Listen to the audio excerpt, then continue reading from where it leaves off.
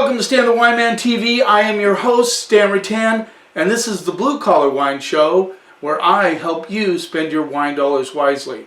Now, Tim, thanks for coming on the show. Thanks for having me on. I appreciate it. Tim and I have been talking about doing this back, I don't know if you remember, about 8 months ago. Owen did a episode with me, and we had Owen try and sell me wine. Now, Owen's a very experienced wine salesperson. He's been at it a long time. Right. Tim started, about 8 months ago, 9 months ago? Yeah. I'm a rookie. He works with Dickerson Distributing. So he calls on me at King's Market to present wines to me. And what we want to talk about here is, because Tim has a little bit of a story to tell. He came from a different side of the hospitality business, and now he's on the wholesale side of it. So Tim, tell a little bit about what you did before and how it's different from what you're doing now. Absolutely, yeah. So I've got about 20 years experience as a waiter, mostly, and a bartender, but table service with guests. Kind of a captive audience. They'll walk into a restaurant. They'll sit down. They're decidedly, going to have wine for their dinner and to pair with a meal. And so you've got a really narrow wine list. You've got a lot to work with, but it's more of an opportunity for you to just hone in on maybe 10 to 12 different wine labels. So it can be kind of a fun, explorative process there.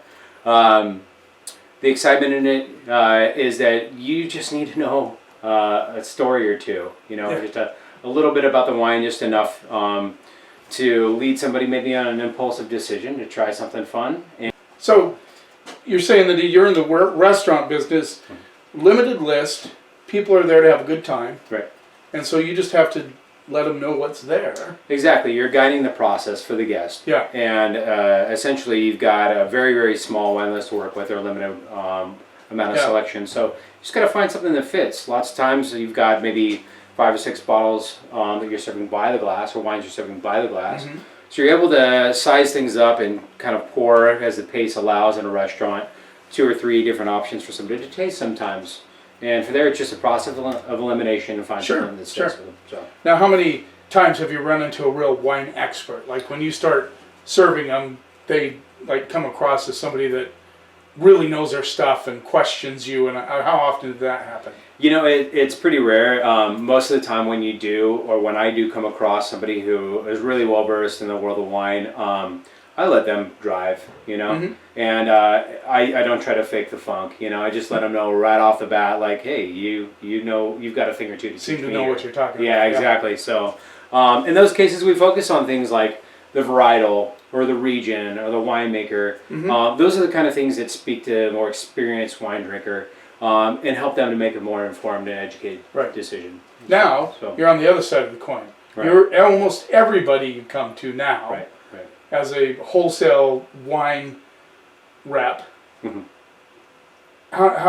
What do you think the percentage is of people that you call in that actually know quite a bit about wine, compared to, let's say, the restaurant?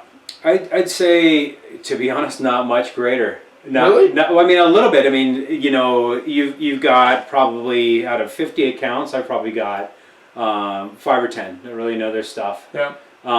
And nobody quite as engaging as you, so I have a lot of fun every time I'm able to bring wine to you. I just shut up and I let you, to be honest. There's a lot to learn. I've got more to learn. It's all about humility, and it's all about not being intimidated by how big and endless the education of wine can be. Oh, yeah. It's all about having fun with it and just not shying away, and just realizing you got more to learn than you do have to teach at this point in the venture, and just kind of, like I said, turn it over and let somebody else drive. It's easier when I'm serving a table to be able to say, hey, I've got a thing or two I can tell you, pull out a fun story, and you make an emotional connection between the wine drinker and the wine they're about to drink.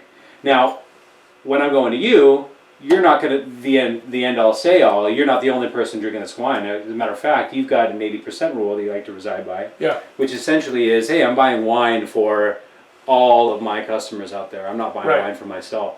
So you've got to look at things through a little bit of a different lens. You have to deal with different personalities every time. I mean, mm-hmm. You've got me, who's a little bit more, I would say, more open to talk and, maybe even teach a little bit. Yeah, absolutely. Yeah. But yet you do run into some that are They know a lot about wine, but they don't really want to talk to you because you're less experienced. Have you ran into that before? From time to time, but a lot of it has to go, comes down to a lot of other elements of the story. For example, somebody uses really high volume. Maybe I'm going to a restaurant, not a market. Right. And so the buyer, their time is very, very limited, and they want to cut to the chase. So with you, I get to have a little bit of fun, and I get to really put myself out there and just try and retain as much information as possible. It's kind of fun to see somebody like you coming in and really wanting to know about the wines and know what my viewpoint is and what, and trying to learn that curve, like you said, the 80% curve. Right. And what he's talking about is when I buy wine, I want 80% of my customers to like that wine. Mm-hmm. And I'm not talking about shelf placements. I'm talking about stacking a wine on the floor, and I take notes. I really want it to fall in that 80% category. Right. Now, I've been doing this for 30 years. Mm-hmm. So I've kind of learned how to hone in on that 80 percentile thing. And that's a really good point, Tim, because the other thing is there are a lot of folks that basically their profit margin is the bottom line, or they don't want to sit on a ton of inventory. Right. So you really got to be a smart buyer, and you've got to think about the consumer at the end of the day. You got to think about your customers, and we're in a very unique situation out here on the island. And a lot of your customers, they trust you. You built a rapport with them. You know what they're looking for. Yeah. So those are advantages that you face, and I've got to keep that in mind as well. So right, and I think you've done a really nice job of, morphing into that position where you know what to do with me versus John at our other store versus places on Orcas, right. Restaurants here. You run into Annalisa at Duck Soup Inn. What does she want? You kind of get that. You get to. Do you find that the hardest part of your job is trying to adjust to each person that you go to? I would say, yeah. And there are some that are impenetrable, and they like just the really boutique wines, and they really obscure. There are other buyers that just want to look for something that they're looking for biodynamic. They're looking for unadulterated wines that have low oak or no oak on them. So yeah, getting to know the personalities, not only personalities, but that filter of what your buyer is looking for is a challenge, and there are some that buyers that I just haven't been able to break through. Yeah, see, he's learning. He's learning quickly too. So he brought 3 bottles of wine for me to try. Now, we're not going to do exactly what I do in my office. We did that with Owen, but we're going to look at, for instance, let's go to this one right off the bat. Mm-hmm. This is the Marquis de Bel Air's Champagne Brut, non-vintage. He has a spot on my shelf. There's a champagne there that's in his portfolio that is not moving very well, and so I told him we're going to get rid of that. Now, he's done the first smart thing that a salesman should do is find a replacement. Hopefully, find a replacement for that wine. Right. So he's pulled out this Marquis de Bel Air's Brut. It rolls in at $41, which is a great price for champagne. Here's the bottle. Mm-hmm. Okay, so we're going to pour it and try it and talk about it. Now, this is what we do at my office in the doorway. A lot of times my assistant Scott is there. Of course, I always feel sorry for the sales reps that come when Scott and I are there because we banter quite a bit. It can be a now, lot of fun. we're not mean, but we do, we do have fun, which is what you should do when you're selling and talking about wine. Right. I never call a wine fun, but I do have fun talking about wine. Mm-hmm. Hey, cheers. Cheers. So, tiny bubbles. And now champagne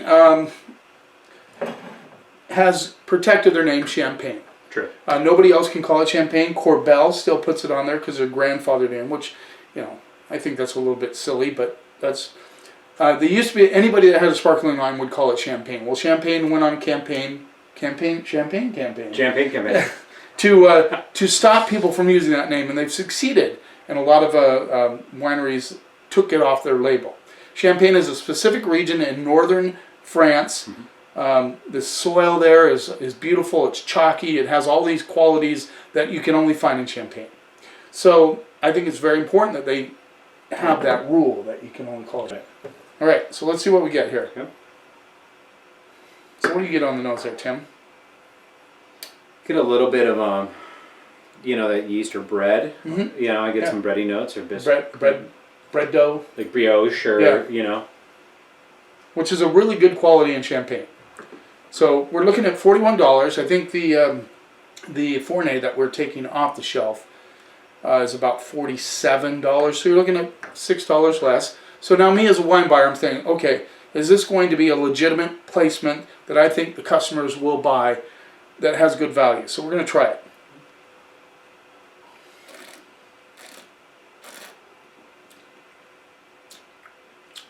Bone dry. It's pretty dry. Yeah. Now, people do like dry Champagne. Most people like their Champagne dry. That bread dough comes through a little bit, yeast, Yep. and a lot of citrus. Yeah. Well, I think this is, it's a solid Champagne, nice and dry, that nice bread dough, but it's not over the top. Very Veuve Clicquot-like, but still has that citrus note that balances it out. So he's definitely brought a potential placement for my store here. I said potential because I don't want to make any promises right at this point. All right. So this next one, this is an interesting one, and we've talked about this a little bit. And this is where Tim and I have a lot of fun because he'll bring something we'll talk about. This is from Priorat. This is called Black Slate. There you go. So Priorat, what is in this wine? You looked it up, right? So yeah, we've got some Carignan, and then we've got Grenache, and we've also got some Cabernet Sauvignon. Okay. I'm not quite sure the proportions on it. Sometimes it's hard to find this stuff. Even if you get on their website, they don't tell you the proportions, the percentages, which is okay. At least you know it's Carignan, Syrah, Cab. Is that what you said? No, excuse me, Carignan and Grenache. Grenache and Cab. Now, Grenache is a big part of Priorat. They do a lot of Grenache there. And Priorat, this is $20. So I'll show you the bottle here. $20 for a Priorat is a steal, really, depending on the quality, of course.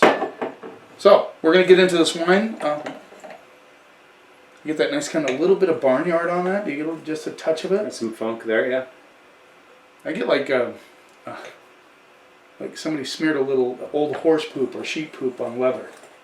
Which isn't necessarily bad. That's another thing I had to learn from you is you use the most unique and fun descriptors of any buyer that I know, and that's where you don't take offense to something when you compare it to burnt tire necessarily. Yeah. On the nose or something like clams. So clams, we had that discussion a little bit earlier. So it's a matter of not. Wine's not just about selling and finding these fun, juicy adjectives to tie in anything, because you run out of adjectives. So I think it's about authenticity, and I think at the end of the day, if you like wine, then that's great. If you like a particular bottle of wine, then that's fantastic, and you're going to buy it. But it can be a lot more fun than that. Really, to dig your heels in and get to know a glass of wine. Yeah. And it helps too to sell it. The more you like that wine, the more you understand what you're looking for in a Priorat, let's say. I do look for funk. I do look for leather.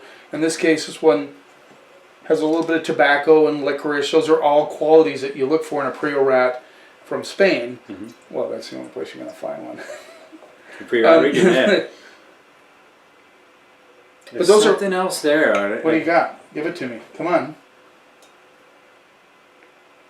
See, I love it when a sales rep really gets into that aromatic, finding those things and learning that.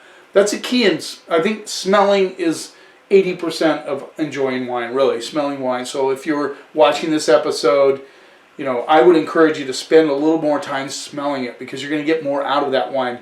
Think about it when you have a bad cold, when you go to eat food, it doesn't taste right because you can't smell it. Absolutely, yeah. So that smell, when you enjoy the smell of the wine, that is going to enhance your enjoyment of that wine. Now, do you ever feel like once you've tasted a wine after taking a good amount of time to smell it, you smell it again, and some of those original notes will kind of fall away, or maybe they'll they're disguised by what you're tasting on the palate, or is it the other way around? Oh yeah, no, it happens to be a old sheep poop and horse poop. It's not like freshly they just shot it out their ass. This is old stuff that's been sitting around, and you rub it in leather. You get the leather on that, don't you? I get some leather. That big sure. time. Yeah. Okay, let's see what we get on the palate.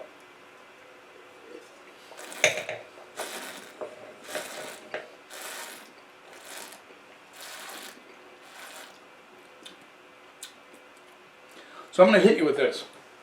Is this an 80% wine?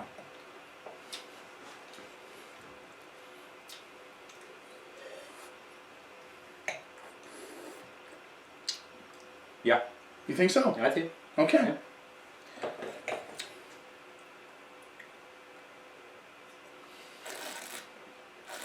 But then again, you know, I know what I like. I like what I like. Well, you're optimistic. Yeah, I am optimistic. and to assume that everybody likes the same characteristics of wine that I do. So here, this is a nice segue because here's what I do. I divorce myself from what I like. Totally. Okay. Like I like this wine a lot. I'm with you on it. Okay. It's got good acidity. There's a lot of tobacco on the backside of this one. Yeah, I get that. It has good balance. It's very old world. It has some minerality. You get that kind of minerality kind of on the back of the mid palate going into the finish. Slate? Yeah. Maybe. There you go. Duh. Well, you know, that's what they're hoping for, Yeah, right? But then they're planting the bug in there. I get I get some red flower notes on it. Now, here's why I would say it's not an 80% wine. Please. In my store. Mm-hmm. I think if I was in Spain, in a wine shop, this would be an 80%, 90% wine. Okay. But in my store, the thing that throws this one off as far as being 80%, I love this wine. This wine would be a shelf placement. The acidity is fairly strong. Now, 80% of the people that buy wine are going to be put off by acidity. They're not going to like that. It gives it a juiciness, but they're not going to like it. It doesn't have enough fruit to match the acid in this wine. Okay. Good minerality. This is a great food wine. If I could convince every one of my customers to buy based on whether it's a food wine or not a food wine, I would be a happy man. I'd go to my grave happy. You know, like you put a big old steak down for this wine, it'd be perfect. Or a big, you know, some nice smoked ham or something like that. This is a great bottle of wine. Mm-hmm. But just for what most people do is they buy a bottle of wine, take it home, uncork it, and drink it. They're not thinking in terms of, I'm going to have this with a meal. Now, shout out to a lot of my customers at King's Market. They do that. They're looking for food wines. And if I put that on my notes, my prolific notes I do on my wine science, they will buy it based on that. And I mean, you know, here wintertime on the island, it's a great time to do a lot of cooking. So I can see why that would be a focus for some. But any wine that has this many high tones to it, like front to back, it's very high tone. Has a nice lift on the palate. It wouldn't fall in the 80 percentile. This would fall in the 40 percentile. 40% of my customers would love this wine. Okay. So would I stack it? Maybe. No. Maybe. Okay. Depends on the time of year. It's only $20. It's a Priorat that's $20. It's true to the region. Really is. This is definitely shelf placement because if I have a Priorat on my shelf for $20, I think I can sell this wine based on the fact that it is a true to the varietal. It has that Grenache, gives it that kind of lighter feel, whereas the Cab gives it a little more punch underneath. So you have that nice combination. Label. I've had this presented to me not by you at first. I think it was another wine company had this. Okay. This is the Revelry Vintners. Mm-hmm. And they're based out of Walla Walla, aren't they? That's correct. Yeah. And this is a red blend called the Reveler, Columbia Valley, Washington, 2015. And this rolls in at $18 or $19, unless you buy it by the case. Unless you buy it by the case. Then you get it for. Okay. Do you know the blend on this one? Not offhand. Not offhand. This was kind of I think it's cab. There's definitely some cab in there. But this was kind of a last minute. That's all right. That's all right. Out of the bag. So I'm not one of those wine buyers that expects you to tell me the blend. Well, I like to put the pressure on Stan, make him guess. I really want to see what he's. Oh yeah. I've seen you do that many times. So you know, I can tell by the back of the label, Cabernet Sauvignon, some Cab Franc, and some Merlot. Again, we don't know quite the proportions. Oh, so you do know? Yeah. Oh, it says it right there. Yeah. So. Okay. Yeah. See, I didn't even see that. Well, you can tell from the label. Yeah, they don't always put that on there. That's my pet peeve. That they don't put it on there? They don't put it on there. And that really makes me angry because I've asked my viewers many times, do you want to see what's on the back of the label? And almost every time I get somebody that says, yes, I want to know what's in the wine. Mm-hmm. I mean, come on. It's like a book. When you buy a book, you open the front cover and it gives you a little storyline. So you get at least an idea of, do I want to read this? Right. Or right. not? Right. So wine should be the same way. And I really encourage winemakers to at least put, like they did here, you don't have to put percentages. But this is a Cab Merlot, Cab Franc. Now, Tim, what quality do you look for in a Cab Franc? What do you think is going to come out of a Cab Franc? Cab Franc is actually one of those varietals that I have not yet broken through on yet. I think there are very few 100% Cab Francs that I've tried.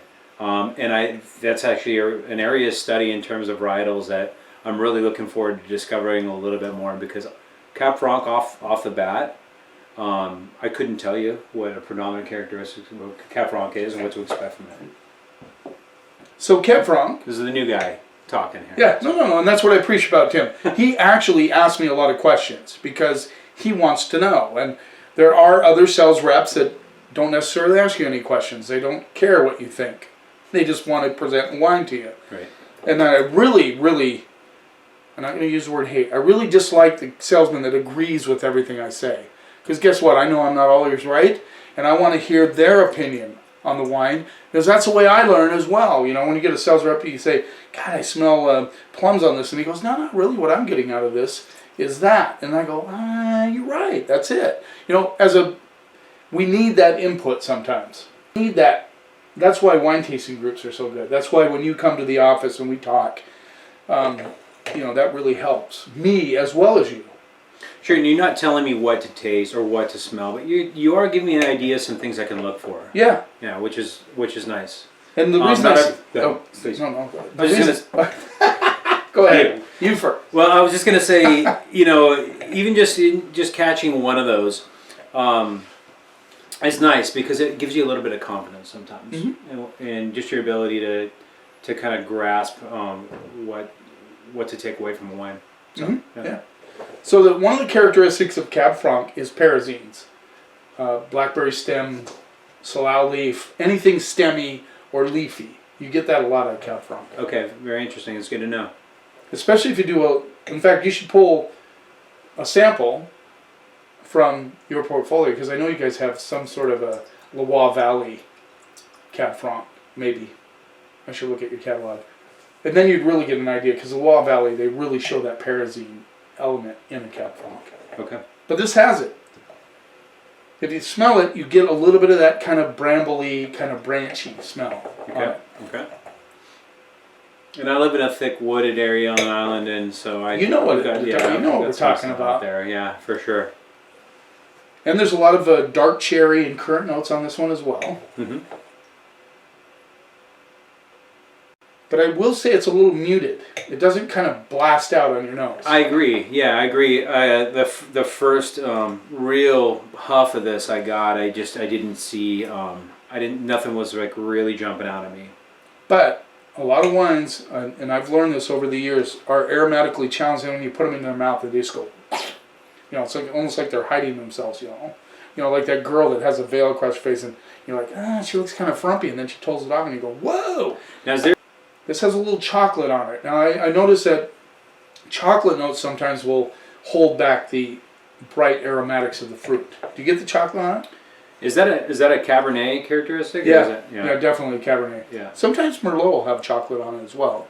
This has both of them, so Mm-hmm. Let's see what we get on the palate.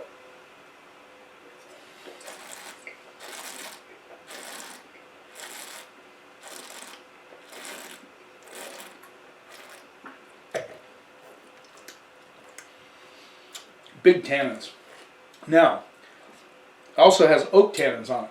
Do you get those oak tannins? I'm thinking that's what's muting the fruit expression on the nose. This is disproportionately oaked to the fruit, in my opinion. Okay. The chocolate notes come through.